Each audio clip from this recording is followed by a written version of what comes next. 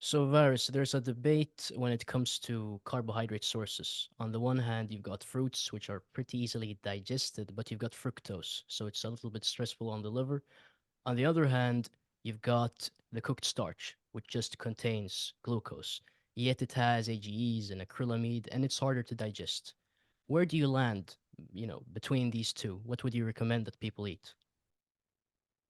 So if it's a healthy person, which is very rare today, they can tolerate all real and whole foods. They can tolerate cooked rice and cooked starches. They can tolerate fruit. They can tolerate almost anything, vegetables, meat, and they have the gut flora to digest all this. But today we live in a different environment and the bodies are different. And so each individual has to see how they react to these foods. In general, what I would advise is that if you are going to have fruit, you want to have it first thing in the morning and on an empty stomach. And the reason for that is because it's the fastest digesting food. And if you have it on top of cooked food, so especially starches, which digest a lot slower, it's going to sit on top of them and start to ferment. And that will cause reactions such as dandruff and various autoimmune issues because it's fermenting inside of the gut and it'll lead to feeding candida. But if you're healthy and you have a normal functioning pancreas, a little bit of fruit first thing in the morning is great to hydrate yourself. It's also fairly detoxing. And the raw water that's in the fruit will hydrate your cells to an extent. If you're juicing the fruit though, that's too much sugar and you're just going to damage your pancreas because the fiber is not slowing down the absorption of that fructose. Fructose in and of itself though, it can't fuel the body the way that glucose does from starches. The liver utilizes it, the brain can utilize a little bit, but it doesn't fuel muscle glycogen. The muscles can't use it for fuel the way that they can use glucose for fuel. Um, a lot of people today, though, they have damaged pancreases, whether they know it or not. And the reason for that is because since childhood, all of our commercial processed food has been fortified with high fructose corn syrup. And so everyone is suffering to an extent from some form of fatty liver disease. And it's fairly easy to reverse that. You just need to minimize the fructose for a time. It focuses more so on protein and fat, and eventually you can tolerate a decent amount of fructose into the diet. Glucose from you can't obtain glucose from plants typically unless you cook the starches. And sure, there's the AGEs and acrylamides, but if you're a healthy person, you can tolerate a little bit. And if you have a majority of raw food in your diet, you should be removing those acrylamides every morning through your urine when you drain your lymphatic system, or when you sweat, or when you exercise. Um, Further, we find in a lot of cultures and civilizations when they weren't fat-based, they were carbohydrate-based, and it wasn't based off of fructose and fruits, it was based off of starches, forms of beans and squash and potatoes. They're completely fine. They live to 100 plus as well, like the Okinawans in Japan, whose staple was sweet potato, various forms of other starches in white rice. And there's a lot of cultures like that. So it really, again, depends on your body. However, if you have a compromised digestive tract, um, you may not be able to tolerate starches too well. It may give you reactions. So that's an issue there. Further, if you have a weak digestive system in general, if you don't produce enough hydrochloric stomach acid, mixing the starches and the protein may fatigue and exhaust you. And so you may need to do mono meals. You may need to have the meat by itself up until a time where your stomach acid is replenished and your pancreas is functioning properly. Yeah. I know you said that with fruit, you should eat it by itself. You shouldn't combine anything with it. Always, always. W- You can have it with butter. It'll digest fine with butter. And if you are dealing with blood sugar fluctuations, high and low blood sugar, the fat from the butter will slow down the absorption of the sugar, I was and going it to will. Yeah, I was going to ask about that because obviously Algenus Wonderplanet says that you should always eat fruit with fat to avoid a high blood sugar spike. but I guess that, according to you, might compromise digestion, Butter with fruit. or cream, or not avocado because it's also a fruit, but animal fat in general. Butter is the best. Cream can help a little bit, but cream is a lot more difficult to digest than butter is. And so you have to see how you would react All right. combining the two. One of the more controversial things that Diogenes has said, or less controversial, I'd say, is that salt is a toxic rock. What do Mhm. you think about salt? Should we consume it? Should we not consume it? Because he said that even the natural salts are unhealthy. Yeah, so to him, all cooked food was toxic, even the cooked starches. But he recommended people to have them once or twice a week. And this is true. I mean, in nature, everything is eating 100% raw food diet.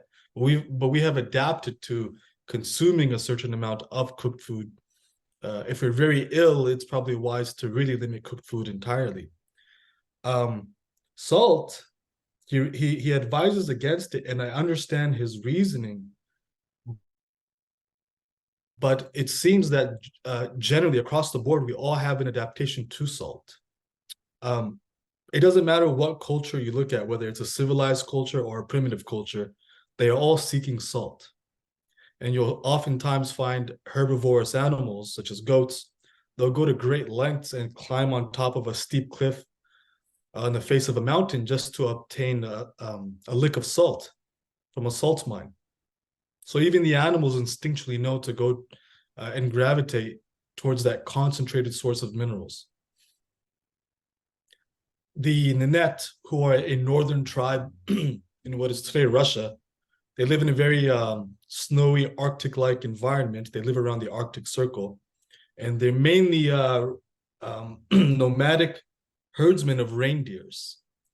And when they eat their reindeer, they have a lot of it raw because they're in the snow. There's no fire, and they'll drink the blood. But when they open up the innards of the animal, they'll even sprinkle pounds of salt on the blood and then drink the blood. Even though the blood is full of salt and electrolytes, they add more to it. Yeah, I've seen that exact And video. you've seen what I'm talking about. So, and then you always have to trust your own sensation and intuition when you're trying things. If you feel better, more energized after consuming salt, real salt, um, then you shouldn't not include it in the diet just because someone said it's bad for you. Our talk about fruit has got me thinking. When it comes to food combinations, I've noticed that many people are confused. This information about you shouldn't eat fruit with anything, that's not common knowledge. So when it comes to food combinations in general, what are your guidelines?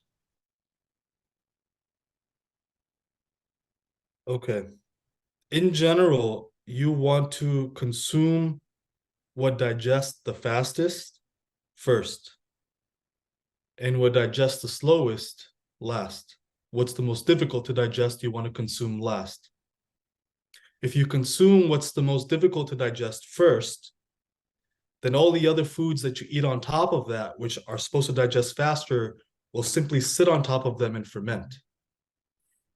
So again, fruit is one of the most easiest foods to digest, excluding melons. Melons should always be consumed individually as monomeals. For some reason, everyone has issues with melons, but whether that's papaya, watermelon, especially cantaloupe. Banana. Uh, Vegetables take a long time to digest because they have to travel through the digestive tract and rely on the fermentation of bacteria. However, they do act as a good fiber to push the cooked meat down if you're eating cooked meat. Uh, Normally, the food that digests the best is going to be meat. Um, Starches don't digest as well as meat. However, if you're going to have the starches such as rice with meat, you want to have the meat first because that triggers and initiates the production of hydrochloric stomach acid in the stomach. Whereas if you have the starch alone, it doesn't trigger as much production of stomach acid and bile. So if you consume the meat first and then create that acidic environment and then have the rice on top of that, it'll digest better. Some people have very weak digestive systems and they can't produce enough acid. So when they have too many starches, those starches soak up the acid in the stomach and they end up getting fatigued and tired and lethargic because now the meat is just sitting in their gut, not being digested. So in Uh, general, my advice again is the foods that digest the fastest, eat those first, and the ones that digest the slowest, eat those later. Stack them on top of the faster digesting foods. Speaking of meat and animal foods, there are Mhm. people on the internet who are now saying that vitamin A is a pandemic, so to speak, that the population has very high concentrations of vitamin A in their livers and they're getting problems because of that. What do you think about this? Do you think we have a vitamin A problem? Do you think some people should stay away from the vitamin A? Or do you think that no, people are actually deficient in vitamin A? Yeah, so it's both. um, we are all burdened with toxic vitamin A, synthetic vitamin A, the kind of vitamin A you find in prescription drugs such as Accutane, which is extremely harmful, has so many side effects. It really ruins a lot of lives. And that is essentially a hyperdosed vitamin A. That's what Accutane is. Um, and a lot of the foods we consumed, which didn't have natural organic vitamin A in there, were fortified with synthetic vitamin A. And so that stuff does store in the liver and it's very toxic. Natural vitamin A, fat soluble vitamin A, you only get it from pastured animal products. The fact of the matter is, most people did not consume liver and organs and pastured butter, uh, pastured organic eggs with a very orange yolk. I don't know many people who consume that kind of food growing up. That's where you get real vitamin A from. So it'd be a very far-fetched to say that we've been inundated with real organic vitamin A. It's not. It's a synthetic vitamin A. But vitamin A, like iron, are very potent um, developmental nutrients. The vitamin A acts more so like a pro-hormone in the body. It develops tissue, as does iron. They're growth promoting vitamins. And so at a certain point in life, though, your body may tell you that it doesn't want any more vitamin A from even the organic products because you don't want to be growing your entire life. At a certain point in life, if you keep consuming growth nutrients such as vitamin A and iron, um, it may just lead to the development and growth of cancers. You can't grow your bone, your skeletal structure, your brain, organs, and muscles after a certain age when you're 40, 50, 60 years old. So at that point, it does pile up in the body. It does store up in the liver, even when it is organic, and it can lead to the development and growth of of tumors. Yeah, that's So interesting. I'd yeah. say that another problem with vitamin A is that vitamin A and vitamin D are antagonists. And something I've encountered with many people that talk to me is that they don't get a lot of sun. I, as an example, live in Sweden, so I only get 3 months of sun every year. So I barely get natural vitamin D. So my question is, what do you think about vitamin D supplementation? I know Argenis says that all supplements are very toxic, but in this case, should one supplement or is the only solution to move to another country? In an emergency situation, supplements are crucial and necessary, whether they're B vitamins or vitamin D, B12, minerals, but they're not ideal long term. They're just crutches, temporary crutches. Um, Eventually, the vitamin D supplements that you do take will cause toxic side effects. When you're in an emergency situation and you need to really increase your vitamin D levels, the supplement can help, but it's not a long-term solution at all. The long-term solution is to get as much sun as possible. In the northern climates, what the Scandinavians and those in the British Isles did to consume or to obtain vitamin D in the diet was they consumed seafood that was very high in these nutrients, namely fish roe, fish eggs, or cod liver. And you have both, though vitamin A and D are antagonistic in those animal foods, you find high concentrations of both vitamin A and D. And I don't recommend the consumption of fish oil. That's very rancid, and it is my belief that it will cause heart disease over time and all kinds of damage to the body. You want to try to obtain natural cod and fish liver and consume that, or actual real um, fish eggs, fish roe. Yeah, I mean that is helpful, but still, I just want to tell the viewer that when you compare the amount of IUs you get from the sun, I mean, if you tan in the sun, you might get 20,000 IUs, while even if you eat the most vitamin D dense food, which is, I believe, it's called livers, you barely get 1,000 IUs. So it's a great supplement if you're eating it often during the winter in colder climates, and you have an adaptation for dealing with lower vitamin D levels. But Yeah. still, I mean, sun to get enough vitamin D, you need the sun. So I guess moving to another country is the only option. Now, It's especially, if for someone like you, you don't have the genetic adaptation to a northern climate. Just the same way a northerner, if they went to Egypt or the Middle East, they would suffer really bad. They would burn. They wouldn't be able to tolerate it too well. So a lot of this has genetics and ancestry involved. Someone like you is gonna not fare. You're not gonna fare too well in the north as much as a native Swede would. yeah. Now, off topic, but speaking of vitamin D levels, what do you think about blood tests? What do you think if you now have, researched that topic, what markers do you think are important? What markers do you think are not so important? Because as an example, the West really likes to target LDL, while, Mhm. fasting insulin is a little bit more important. And then you've also got the camp of Augenis Wonderplanets, and he says that when you're on, a raw diet, you shouldn't care about blood tests because what you're going to see there is going to go, up and down because of the nature of the diet, because of the detoxification, because of the cholesterol dumping, and this and that. Yeah, and Ajahn has said that on a raw diet, you wouldn't need to do blood tests. He's right. He is right. And when you're unhealthy and you're not doing too well, you may be inclined to go do blood tests. But from my own experience and from my experience now with about 100 people, helping about consulting over 100 people and reading their blood test, it's never helped with anything. It's never helped with anything. Wow.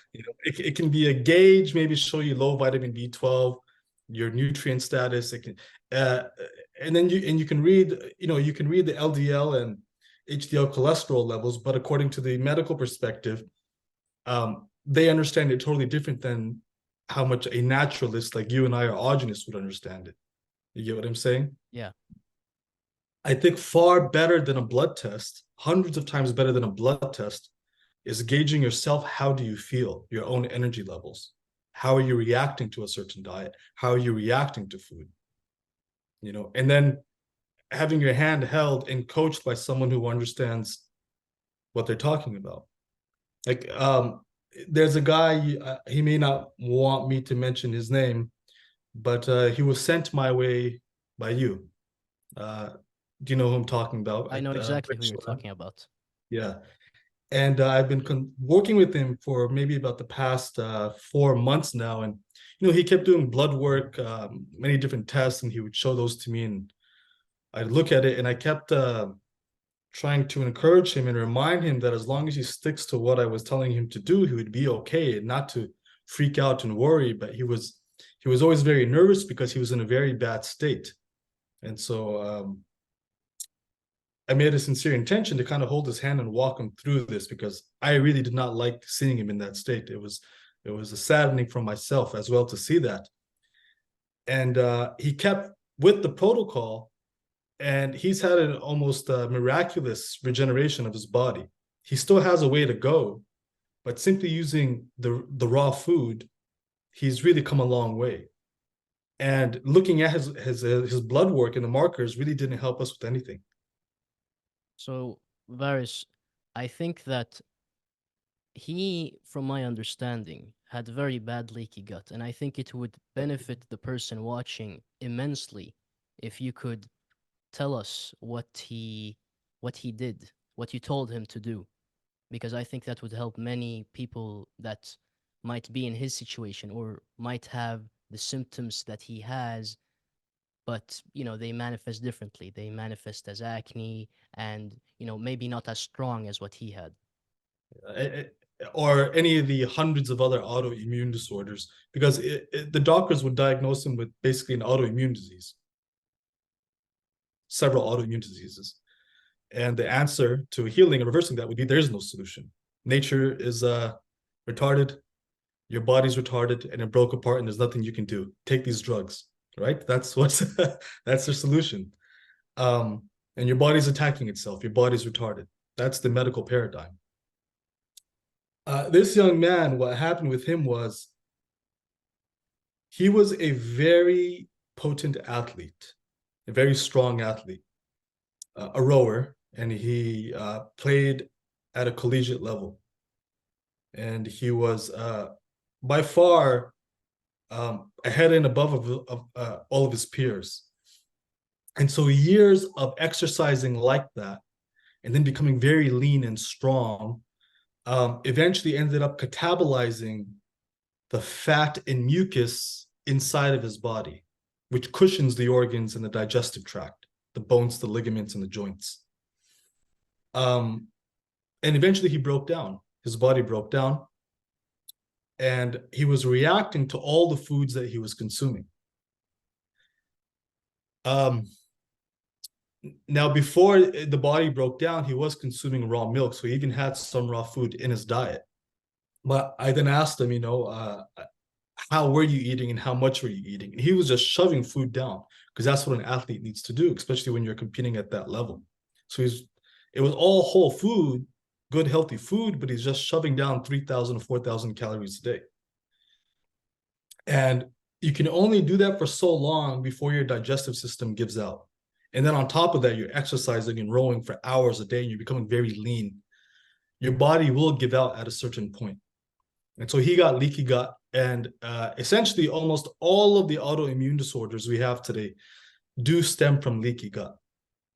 The medical paradigm likes to deny it. They like to deny leaky gut or any idea of the intestinal tract coming apart and the gut junctions coming apart. And they instead resort to the body just being stupid and attacking itself. I mean, think about how insane that is, that your body is stupid and it's attacking itself and we have no solution for you, but buy these drugs. And so I explained to him how he needed to go. First, what we did was we put him on carnivore, and because naturally that would be, the least inflammatory diet, but it completely crashed his energy. He didn't feel well at all. And so I came to the conclusion, okay, this guy's gut, and he looked really bad. He had issues all over his scalp and face, chest. He wasn't doing too well, and he was very fatigued. And so I came to a series of conclusions by working with them. I decided that he wasn't producing enough protein and fat digesting enzymes or hydrochloric stomach acid to digest these dense animal foods, the meat specifically. And that's why he was becoming very fatigued and lethargic. So I put him on a predominantly raw egg, raw dairy, like raw butter and raw kefir type of diet with a little bit of meat. He made very little progress, but his energy picked up a bit because of the bacteria and hormones and enzymes in these raw foods. So he would notice that he would say, my energy is much greater, but my symptoms aren't subsiding. And he kept, he wanted to find that he was so anxious about a situation. He wanted to find what the cause was. And I kept being insistent that it's the gut. You lost mucus and fat in the gut. We need to just focus on your gut and work with it.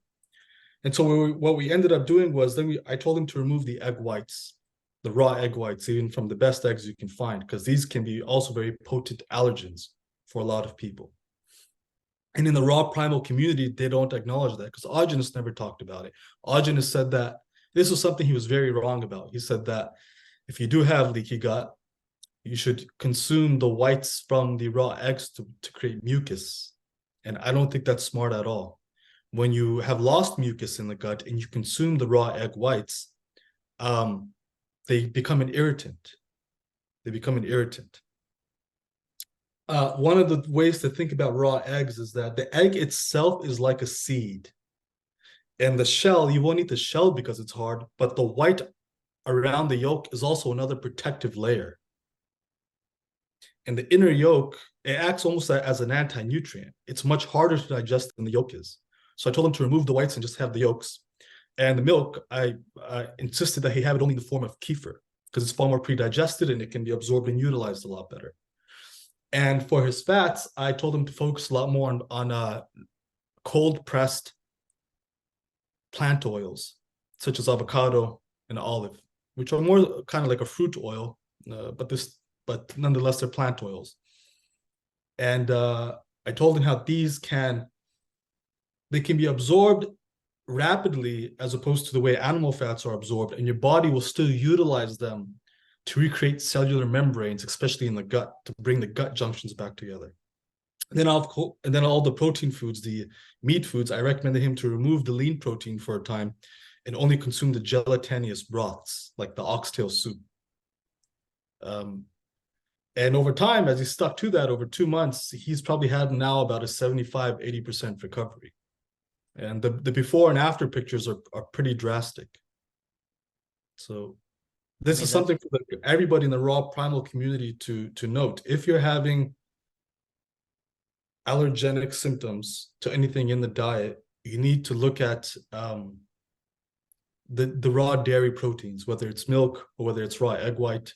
And if you're feeling very lethargic and fatigued after consuming meat, you should probably have smaller animals such as chicken and shrimp for a bit, rather than beef all the time. I mean, I talked to our friend, of course, in the beginning for 2 hours, and we sat there and we discussed all of this. And I'm just happy that he's made such a great recovery.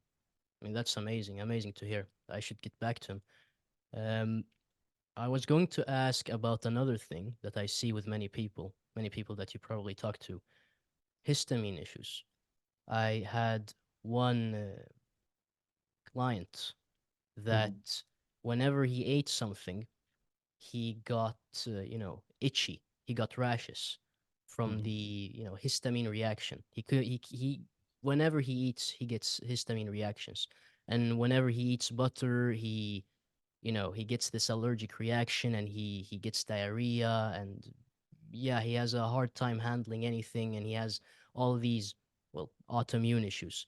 So what do you recommend for someone who has histamine issues and all of these allergies? In my opinion, it's the same issue that our friend was dealing with. It's a leaky gut. Yeah, They and that's call it different things. They call it histamine. They call it rheumatoid arthritis. They call it dandruff. They call it acne, rosacea. They call it IBS. They call it colitis. But it's all comes down to the gut. And the fact that we've been given dozens upon dozens of experimental medications since we were children. Every time we had a flu, we were given antibiotics, which killed off the gut flora. We've been given genetically modified high fructose corn syrup, which has had pesticides sprayed on it since childhood. Everyone's gut is destroyed. yeah, and this man that I was talking about, he had Mm. gotten many, super shots, several To become ones. superhuman, huh? Yeah, yeah, exactly. And that's when his symptoms started to get worse. So over time, after getting those shots, he started developing these symptoms. And the conclusion that I made was, you've got leaky gut, and Mm. you've probably caused a bunch of intestinal damage to some degree because of this pollution, because it has circulated down there and destroyed everything. And of Yeah. course, They your kill diet. off the gut flora, these things. Yeah, that's also an important thing. And he was starting to eat meat, and I looked at his diet and I said, "You don't have any bacteria source. Like Exactly. you when it comes to histamine issues, bacteria are at play. If you don't have any bacteria, your regulation of everything is gone out the window. That's why you see that people who take probiotics, even though they're not a very good probiotic source because it's a capsule. Their autoimmune issues, they get better because now they're getting some bacteria into them. So And that's why raw kefir, fermenting raw milk into kefir, is the most potent bacterial inoculation you can get, beneficial bacteria. And people have to keep in mind that 99% of the body's biological functioning is carried out by bacteria. So where are you going to get that beneficial bacteria from? You know, you have to yeah, get it from somewhere in the environment. Even cultures who weren't eating much raw food, they still had a bacterial source, a probiotic food source in the diet. And at the very least, they were touching farm animals. They had their bare feet on the ground. They were working in farms. They were inoculated with the bacteria, with the natural world. Today, we live in very sanitized environments, and there's no inoculation of healthy bacteria into the body that can help perform these functions. The digestion, absorption, and assimilation of food, the removal of toxicity through the body, the the the um, the recycling of weak and old cells and rebuilding new cells. This all relies on bacteria. speaking of working on a farm, what I Mhm. see with many people that I work with, especially this young man with the histamine issues, is a lack of food access, a huge lack of food access. I mean, people watch me and you and they hear raw kefir, raw butter, and they think to themselves, "Oh, I should really start consuming that." But then when they try to look for it, they don't find it. They don't find it. They don't find grass-fed meat. They don't find many things that they really need to heal. So what many people start thinking about is I should, move to the countryside and start farming. And that is something that many health conscious people express a lot more than the rest of the population, of course, because they're aware of many of the environmental factors that are, destroying people in modern society. And so, because you work, designing regenerative farms and you're involved in that entire process, I'd like to ask when it comes to the young men and women that want to move to the countryside and start farming, but of course they've lived in suburban areas for their entire life and they know nothing about the countryside and they know nothing about farming, what would you tell them? What advice would you give them to sort of start the process? Okay. So, two things to say about this. One is that the lack of access to these foods is by design, it's not by accident. It took two world wars to remove access to these foods. And that was by design so that they could make a lot of money while they have these type of foods. If you go to the most expensive restaurants and you look at the menu, it's all grass-fed, pastured meats, filet mignon, fish roe, fish eggs, right? Wild caught salmon. They have access to these foods. There's the British family, the royal family. They have the what is it called? Windsor Farm. Very beautiful dairy farm in the English countryside, and the cows, they sit on water beds and they have these like water jets massage their bellies, and that's why they live to 100. The women, at least, the men are kind of boys are going to be boys. They're going to do drugs and fornicate, and that really shortens lifespan. But the queen, she lived to 100. Her mother lived to 100. They have access to these things. Um, now, now for modern people to get access to these foods, there's some good news about this too. What I would recommend first is take a permaculture design course. They're all over Europe and North America. It's called permaculture design, and they'll teach you about the ideas and principles of regenerative agriculture. And if you can take the course in person somewhere, you'll meet a lot of like-minded individuals. And from there, you'll have networks, you'll build networks and connections to regenerative farmers in the countryside. Further, there's a website called WOOF, WOOF. Just search WOOF Regenerative Farms, and you will find a list of these farms all around the world who are looking for farm hands, and they'll give you a small stipend. They'll give you a place to live on the farm, and you'll learn with hands-on experience. Now, I will warn people, um, when you go on that site, the most beautiful farms, which are in places like Hawaii or Washington State in the Pacific Northwest, um, they typically only accept young, attractive females. It's like a community of people living on the farm, young people, and they don't want any more guys on the farm. They only accept young, beautiful females. And the guys typically they get relegated to working in a very ugly environment where the farm is just starting up and you're basically the workhorse on the farm helping to start it up. So that's one way. Um, woof. Um, and wherever you are, if you travel the countryside, you will find regenerative farms.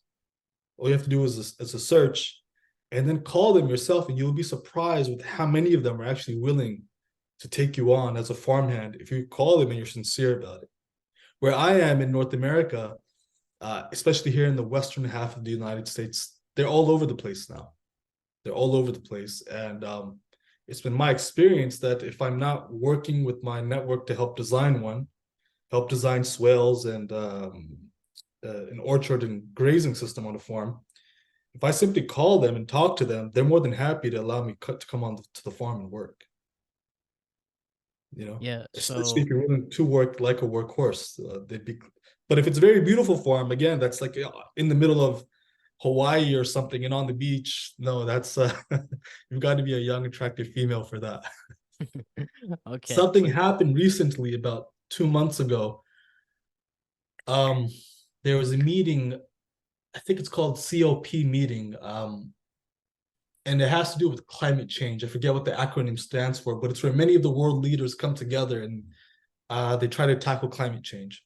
And from the West here in the United States, the ambassador that we have there is a politician named John Kerry. He's a very senior politician. In my opinion, he's one of the more admirable and respectable politicians we have in the United States. One of the last ones. And at this most recent meeting, they all came to the collective conclusion that and these are many of the world's countries, the Chinese, the Middle East, the Americans, and the European Union. And they came to the conclusion that they were going to transition the entire conventional agricultural sphere into regenerative agriculture. So there's going to be a boom in this. There's going to be these jobs available, these careers available where you'll be able to sustain a family, and there will be money coming in from the private sector, from the corporate sector, and from government as well. do you So, and think? I had been seeing this playing up in the years, and it was just it was nice to see it finally happen. And it goes to show that the people who developed our conventional farming system based on petrochemical agriculture and then petrochemical medicine, they died a long time ago. They died, 50, 60, 70, 80 years ago. And their grandchildren today, because of the shift in consciousness in the world, they are changing. They want to change the system. So Yeah, it's interesting because I never thought the WEF would allow such a thing. That's very confusing to me that they'd allow conventional farms to, a push for regenerative farming in general. I thought they wanted the world to burn. there's two ways that there's going to be two options for basically the coming humanity. By 2030, it's going to be very clear. Most people are going to be replaced with artificial intelligence and robots. There's no use for most of these jobs, there's no use. It can be done by a robot and artificial intelligence. There was a survey I saw recently where hospital patients were dealing with an artificial intelligence program, and they said they preferred the artificial intelligence over the medical doctor. And most medical doctors today, even after a decade of schooling, when they're in the hospital setting, they have this app where they simply look at the symptoms, they plug the symptoms in the app, and the app tells them what to prescribe them. What the fuck kind of a doctor is that? Nobody has any need for these people anymore. And so, and we're also so another decision they've made is that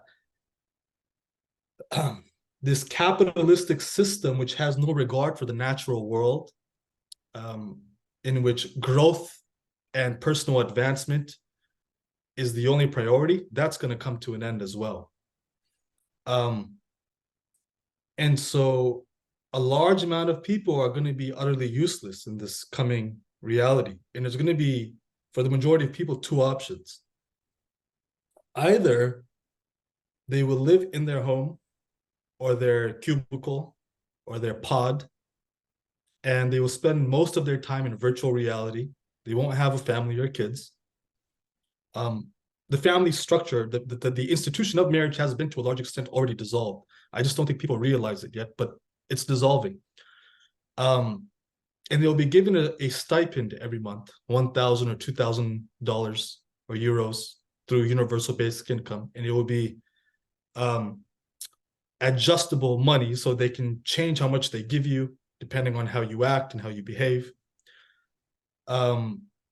And the money that they can give you, for example, they'll give you 2,000 and they'll say, okay, here's 400 for your food, here's 600 for your rent, and we can watch you spend that 600. So you can't spend that 600 on anything else but rent. Here's 400 for your porno subscriptions, your Netflix and your Taco Bell, your fast food. And that's going to be their reality. And from what I observe today, a lot of the young men my age, they already live in that kind of a reality. They're already in there. They're on TikTok and Snapcrack and Snapchat and Instagram and just scrolling through their phones. Let us make it easier for them. They don't have to work anymore and burn emissions and pollute the planet and sit in traffic and cause this chaos. We'll just put them in a pod and put them in a virtual reality, and voila. Now, aside from that, there's going to be a second option. And it's going to be for those of us who actually want to renaturalize again, put our bare feet in the earth and pick up a shovel. That option is going to be there. So it's everyone's going to be happy. Wonderful. Yeah, wonderful. Earlier, you mentioned that boys will be boys. That men who fornicate a lot, they live less. They degenerate faster. And so, of course, if you go to Reddit and on YouTube too, you'll find SR. So, what do you think about SR? Not letting the life giving substance out and keeping it in. Ultimately, it's what distinguishes a man from a boy. Ultimately.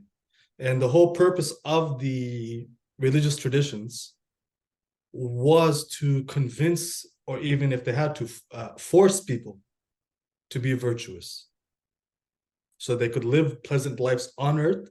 And the thing is, the amalgamation of that substance in the body, it develops the human being, it develops the glands and organs and brains physically, but it also develops the soul, or what the Chinese would call the pearl body, what the Christians would call the light body. It develops consciousness that is able to separate from the body and not identify with the mortality, the mortal self. And that is extremely necessary if you want immortality beyond death. Because if you don't attain separation from your mortal desires and aversions, then upon death, you go the same way that a leaf goes when it falls from a tree and lands on the soil. It just turns into compost and disappears. It returns to the spirit that way. It doesn't retain its individual monadic consciousness. It's like a water drop that dissolves into an ocean. Today, and you reminded me of a story of just how weak most men are today, and what's making them weak is a lot of the social media stuff, the TikTok, Snapcrack, and all that. They're just watching women all day, young women dance and shake their asses. I had gone to Afghanistan, 6 months ago, and I had gone with a distant friend of mine. And when I was there, I got to be around him for a few days, and I couldn't believe how glued he was to his phone, like an imbecile, like a child, just scrolling from one social media app to the next, liking pictures like a sim. And I saw the effect that had on him, not only was tearing him down physically and morally. But being in that environment, being in Afghanistan, he panicked. He panicked and he left like on day 4, day 5, and we were supposed to be there for a lot longer. And the reason why he fled was or left, ended his trip sooner, was because he couldn't handle the raw reality of the environment. There was a form of cowardice there that modern men have, and it's entirely due to the simping. They don't have the virtuous element in them. When we first landed and we walked around for the first hour, I looked at him and I told him, my God, I thought I was some shit. I am like a low testosterone beta male compared to all these men here. It's like a country of lions. And there's this quote Alexander the Great had when he went into Afghanistan. He wrote a letter to his mother and he said, in this world, you have birthed only one Alexander, but in this land, every man is an Alexander. And it's not, my friend was an ethnic Afghan as well. So it's not that it's a genetic thing or an ethnic thing. It's a virtuous thing. Virtuous creates this kind of masculinity. And in that country, the reason why they've been so successful in defeating foreign empires is because they shun unvirtuousness. They shun simping. They shun it completely. And so they've created a martial culture. And then I was reminded, when this guy left because he couldn't handle the raw ruralness and the raw ruralness of the country when he left, I was then reminded of how, whether it doesn't matter what ethnicity they are, most Western men today are very weak. And it's, again, the social media, the food, all this stuff. But Western man himself, his ancestors 400 or 500 years ago, got on ships, sailed across the Atlantic Ocean through perilous nights with large waves and storms, landed on the coast of America on this new land, this new world, with these primitive, strong, brutal native Indians that they came face to face with, and then marched forward and conquered from sea to shining sea. Today's Western man is nothing like that. Not 1/100th.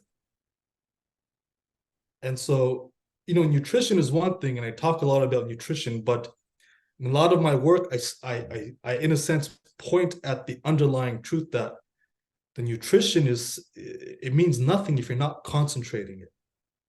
If you're not concentrating it and converting it to virtue, you'll get nowhere. Wow. I mean, that's I feel like boxing right now, hitting a bag. That was inspiring to hear. And I mean, This was this was all of our ancestry, because the men back then weren't such simps. They would get a wife, and they would reproduce with her and they would make love to her, but women were not the end all. Heroism was the end all. Affirmation of life, conquering reality, conquering nature. Today's men, all they're looking forward to is the next jack off. You get what I'm saying? There's no affirmation of life.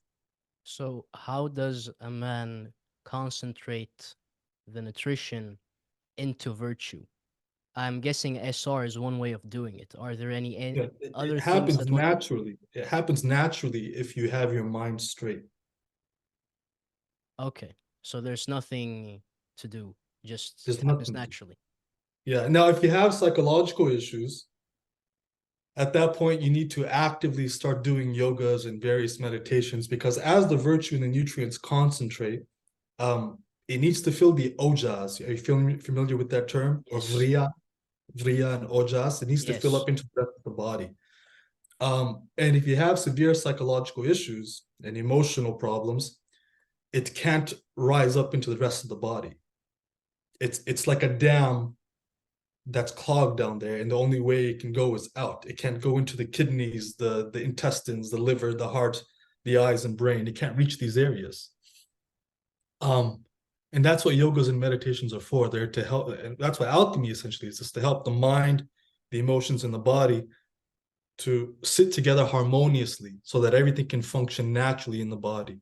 The primitive people, the pagan people of the world, to them, they have really no need for meditation or yoga. They're sitting around the jungle, laughing, smiling, dancing, happy. Everything is flowing naturally. Do you get what I'm saying? So concentrate it. If you're happy and healthy, spend time in nature, it will just fill up in itself, and you naturally will start getting inclinations for great work. If you find that you're too bothered when you're concentrating this stuff, you need to do yoga and meditation. You need to focus your mind on cultivating joy within yourself. Yes, and for if the viewer didn't know what ojas or virya is, it's basically the term for sexual energy, but in the Indian spiritual culture, so to speak, mainly in Hinduism and in Vedanta and the type of yogic traditions. Um, Now we did delve into soul and what happens after death and fairly religious things that are on the belief side of things. So I wanted to ask, I know you've said that you're a maybe you were a part or you're still part of Sufi orders, Muslim Sufi orders, but your view on religion is it doesn't sound like it's a Muslim speaking, so to speak. It's very different. It's something Yeah. else entirely. And so, Mhm. what are your thoughts on religion? What are your thoughts on the Abrahamic religions? What is true? What is not true? How should one approach this? So I was born into Islam. Um, I was unhappy with it and I wanted more, and I kept searching in Islam. And then I found the Sufi orders, which are the more initiatic, esoteric traditions of Islam.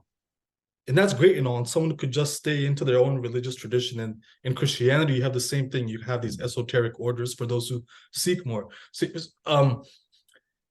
but I personally went around studying and researching everything because I'm just a very, very curious person. And I would say that the sphere of knowledge that I am most versed in is actually the Western occult tradition.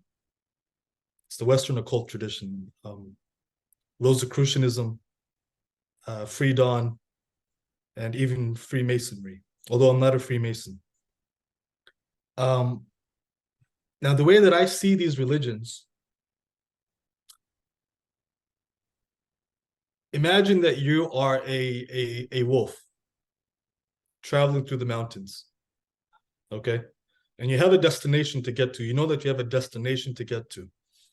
And you look at the left side of the valley below, and you see 1 billion, 2 billion Christians, like sheep, traveling to that same destination. They are on the valley floor. They don't see the higher picture. But the religious confines herd them like sheep.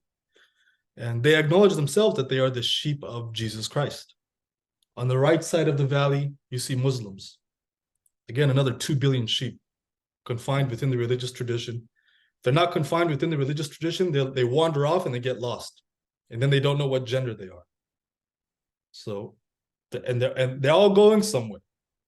And this traveling of these 2 billion people, this religious tradition, it's trying to develop them not only in this life, but there's a as above, so below. Upon death, there's an ascension that they also all achieve and attain. They go to heaven along those confines, along that mental psychological framework. And you look on the other side, there's going to be Buddhists and Hindus. So all of these religions, they exist in their own ecological zones, ecological niches. And they are adapted and fit in a given area depending on a people's constitution and psyche. So for example, Buddhism, you'll find it more so in East Asia, the Tibetan Plateau, China, Vietnam, Korea, Japan. Islam is Islam covers more so the desert areas of the Middle East, North Africa, and Central Asia. That is itself one ecological niche. And then Christendom, you're going to find it in Europe, in the West. The places where people live, their environment and climate dictates how they're going to perceive objective reality. All of them are perceiving the same reality, but a bit different. Just the same way that all of them seek nutrition, but have slightly differing diets, religion is exactly the same. And so you can't tell a Muslim from the Middle East in the desert can't go to Scandinavia and tell them this is the truth. How can that be possible? The Scandinavian has an entirely different genetic constitution. He has a totally different climate and environment. He's going to see it according to what suits him. Does that make sense? So there's no one true religion. They're all true religions, and they're all serving their role, which is to, again, to try and concentrate virtue in humanity, prevent them from being decadent, have them evolve and develop properly in this life, and then attain immortality in the next. So what I'm getting is that with religion, it's not so much about what is objectively true about the universe, but it's more so a system for a population to not stray away from the path, if you know what I mean. There's a sense of objective truthness in there, in that the most primitive purpose of the human being is to develop healthily and naturally, just as all the primitive people do, and then ascend into heaven. The problem is that when you bring people into a cosmopolitan state, into an empire, into a city, and they come from various different ethnicities and races and backgrounds, they very quickly fall into degeneracy. They'll start having sex with each other's wives. There's adultery, there's lying, there's stealing, there's illegal land acquisition. Do you get what I'm saying? Whereas if you remove all of those people back into their shire, you take them back into their own rural pagan roots, they naturally live normal lives again because they're living amongst their cousins and uncles. And if they step out of line, the elders beat the shit out of them. But when you bring them into a cosmopolitan state, that's not the case. And the purpose of Christianity and Islam specifically were to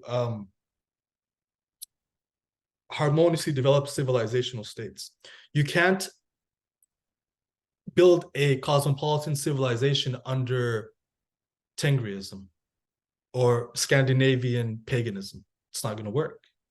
It's not a common morality that many different cultures and ethnicities will adhere to. But Christianity did serve that purpose, and Islam also served that function and purpose because they're cosmopolitan religions. Buddhism is not the same as that. Buddhism does not necessarily, it never developed a cosmopolitan civilization or culture. Not to say that it's wrong, but the focus of Buddhism is more so building a hermit kingdom. Is that not what it did in the Tibetan plateau and Zen Buddhism in Japan and so on? It's about developing a hermit kingdom, and in their perspective, in reality, life is suffering.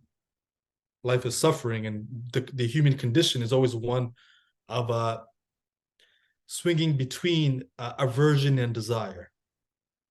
And because the human condition is always swinging between aversion and desire, it's always in suffering. And so the Buddhist said, screw it all. It's all illusion. It's all samsara. Let's go into nirvana. But that kind of a mental framework, although it's accurate and you know it's all one consciousness, that kind of a mental framework does not work when you're bringing together many different cultures, ethnicities, and people into a cosmopolitan state. It works well when you go to Japan, when they had the samurai and the shogunate, they're all living in rural valleys as gardeners and farmers and aristocratic warriors and priests. But it doesn't work in the city state. You see, what I've found, if I may share, is Mm-hmm. that with Buddhism, you've sort of got there's this monk who is now dead who's called Thich Nhat Hanh, and I he know who you're wrote talking about. Yeah. yes, and he wrote a book where he compared Jesus with Buddha, and Mm-hmm. he looked at the similarities between their teachings. Mm-hmm. And from my own perspective, as someone who was a Muslim for a very long time and has researched religion quite a lot, what I see is that in the Quran and in Christianity, they speak in parables, and Yeah. there's a lot of focus on virtue. It's Mm. not very technical, but there are many stories, and there are many Allegories. instructions about how a person should live. Mm. And that is very suited toward, you know, letting, making it sure that the people within the population don't stray away from the path. While what I found with Buddhism is they basically remove everything that is not, okay, this is the way it is. They leave no riddles. No Essentially, dogma. Yeah, essentially what you find there is Mhm. that yes, they have made a religion out of it, but originally it was just Siddhartha Gautama who eh, just relentlessly searched for what the human experience is and found it. And so he started teaching, and he did that until his death. And what he got, you've got many people, like nowadays, Shinzen Young, Peter Ralston, and so on and so forth, who have essentially achieved the same thing and explained the same thing as he has. So, from my perspective, it's essentially not a religion. It's just this is the way human experience is. Like, there is no self. That's what he found. That's what he tried to say, but then they made a religion out of it. So, I mean, are you familiar with these ideas? I am. I very much am. Um, so I agree with everything you said here, but keep this in mind, and this is my own opinion, and you may agree with it or not, but the East Asian mind is far more refined and sophisticated than the Middle Eastern mind and even the European mind. Would you agree? Yeah, to some degree. I mean, look at what Japan produces. Exactly. And the Chinese in general. They don't have any tolerance for allegory, parable, and dogma and ritual and bullshit. They don't have much tolerance for it. They're a very refined um, race of people. So they just want it straight and direct. The thing is, the Western mind and even the Middle Eastern mind, if you tell him there is no self, he may want to cut your tongue out. He's not ready for that kind of a reality. He's not ready for that kind of a teaching. Do you get what I'm saying? Yeah, I get what you're saying. Yeah. Nonetheless, the Buddhist tradition, it cuts straight to the point.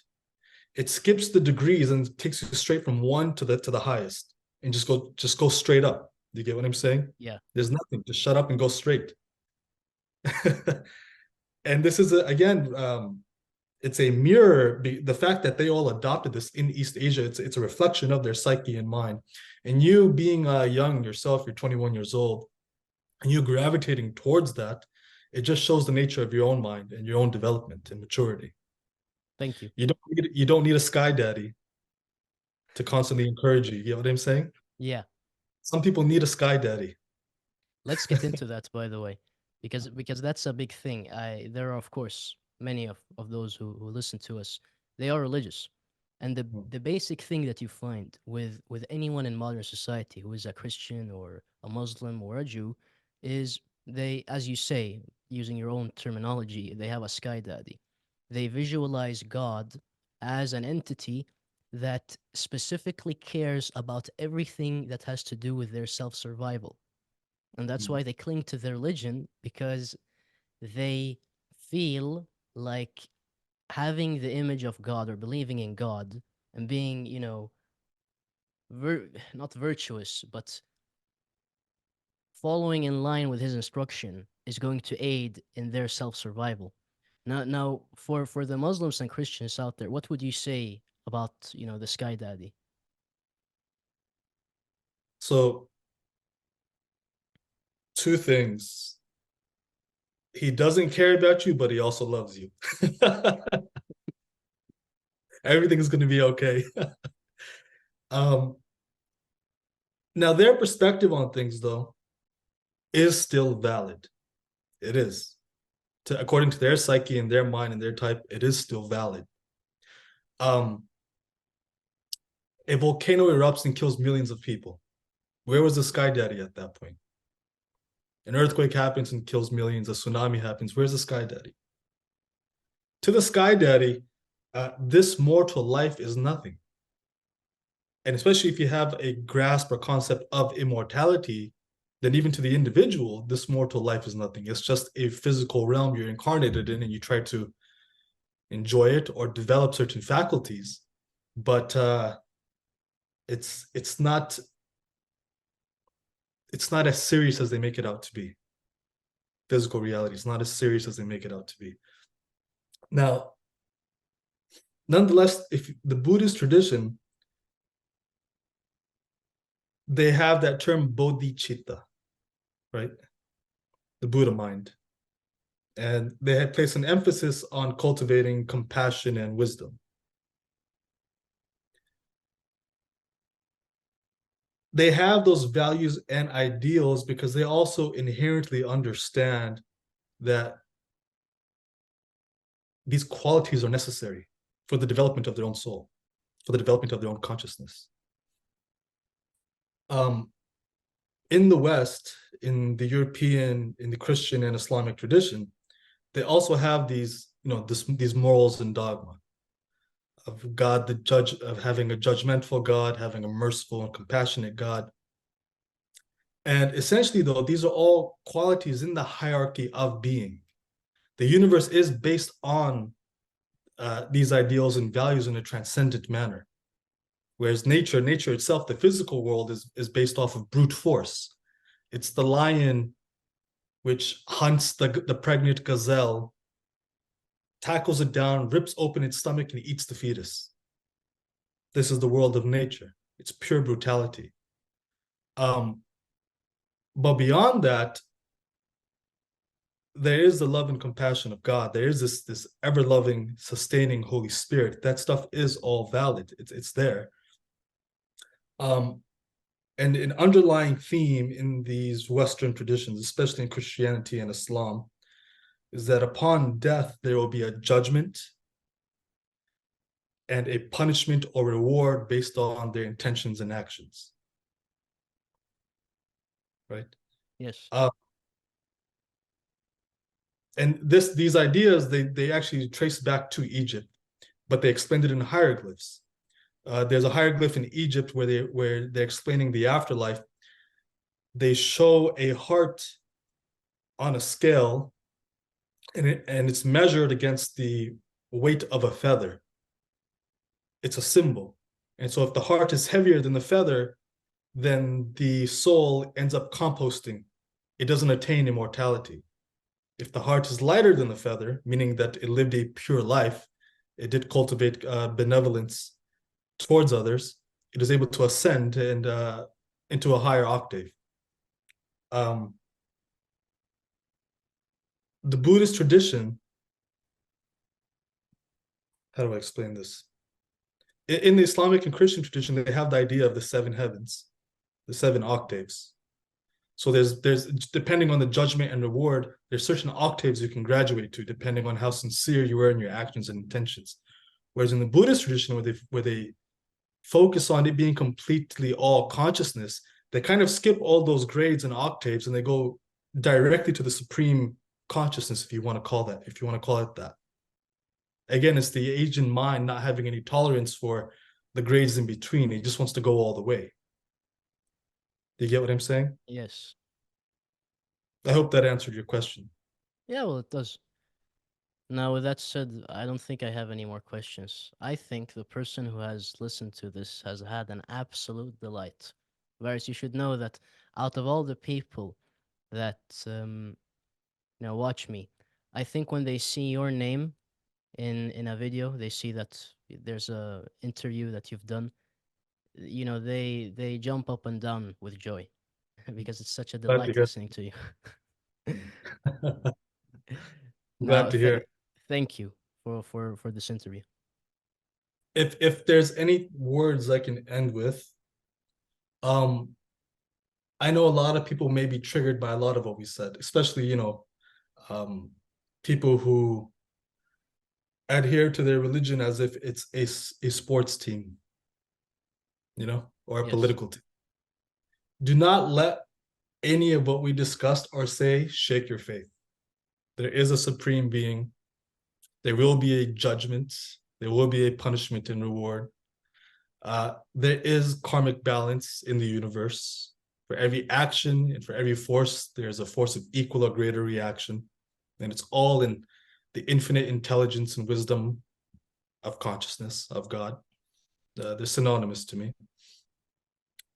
And if we can distill any wisdom from what we just spoke about here, it is that virtue is good. Virtue is very good for you. Delete your simp apps, eat well, be happy, put your bare feet on the earth, get in the sun. Life is beautiful. Thank you, Varis. You're welcome.